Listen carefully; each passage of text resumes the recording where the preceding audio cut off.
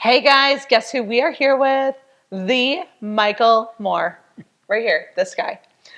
Today we're going to find out a little bit more about what you can learn from him. Okay, so let's just get started. What do you think? Let's do it. Okay. Did you always just focus on makeup then, or did your business evolve to, like, how did it evolve then to how it is today? Because you do so much more than just makeup right now. Right. And, as I evolved as a person, my business evolved as a company.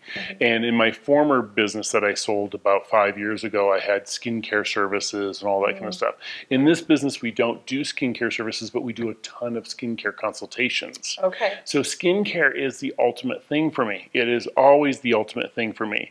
And if you look at the lines and the brands that I sell, there's only myself and one other full-time employee in here, and she is not a makeup artist.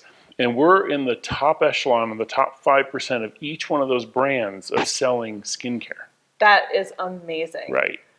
Exactly. I So, think so too. I mean, when you just think about the power of the consultation, though, so that speaks volumes. The consultation is everything, If I'm doing a makeup application or if I'm doing a consultation just for skincare, it's about getting to know what the goals and the desires of every single person that comes into your chair, your bed, your room, your business is.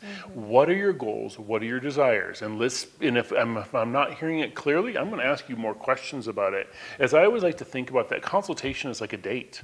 You're getting to know that client and really what do they want to know, or what I want to know about them, and what do they want to know about me.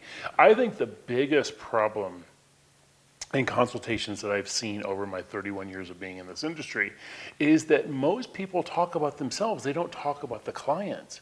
And one thing I do is I talk a lot during my consultations and during my 2-hour lesson, but it's really about the client at all times, and really making sure that you, at the end of the consultation, I don't ever believe in closing a sale, but I'm just like, Tracy, you talked to me about how the dry surface was, so we need an exfoliator, we need this cleanser.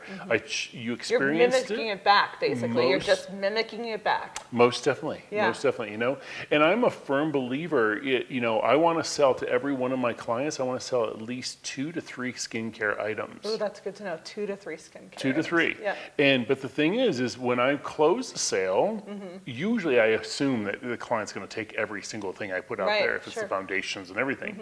But what I always do is I put out at least 5 skincare items and expect that they will take 3.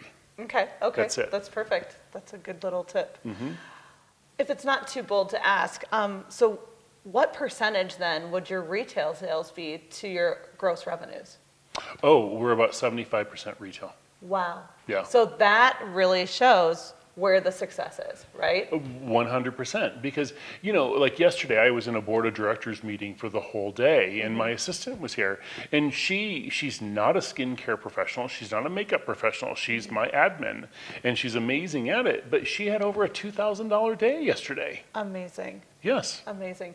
And that's how you can then continue to reinvest and grow your business, because you're doing the retail sales. Most definitely. What's that old saying? You need to be able to make money while you sleep.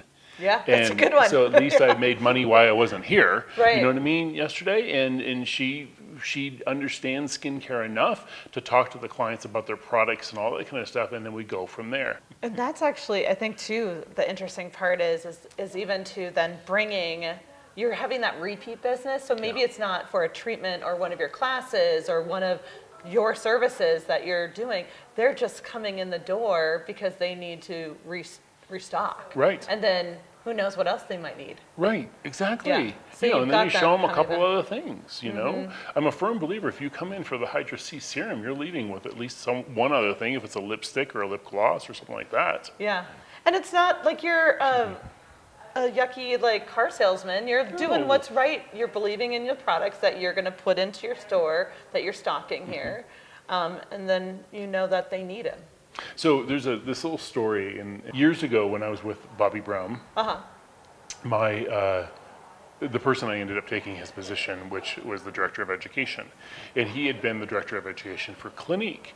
And he said to me, he goes, if we teach our people that if you came in for an eye cream from Bobbi Brown, and Bobbi Brown's a makeup line, that you need to touch up their face a little bit so that when they walk back to their office, they don't hear that you went to Bobbi Brown for an eye cream. They hear you went to Bobbi Brown, and they're going to go, you did, and you look like this? Oh, that's Makes interesting, sense? yeah. So it's about showing them something different. It's like if you can just show them something different, you're getting the possibility of a sale right there in front of them. Yeah. Makes The one sense? thing I loved when we were filming earlier today that you had mentioned, just casually, but it's so true. It's like when they walk out the door, that's you. Yes. Your calling card walking out the door.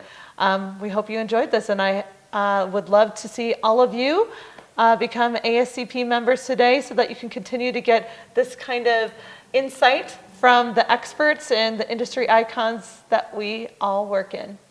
Thanks.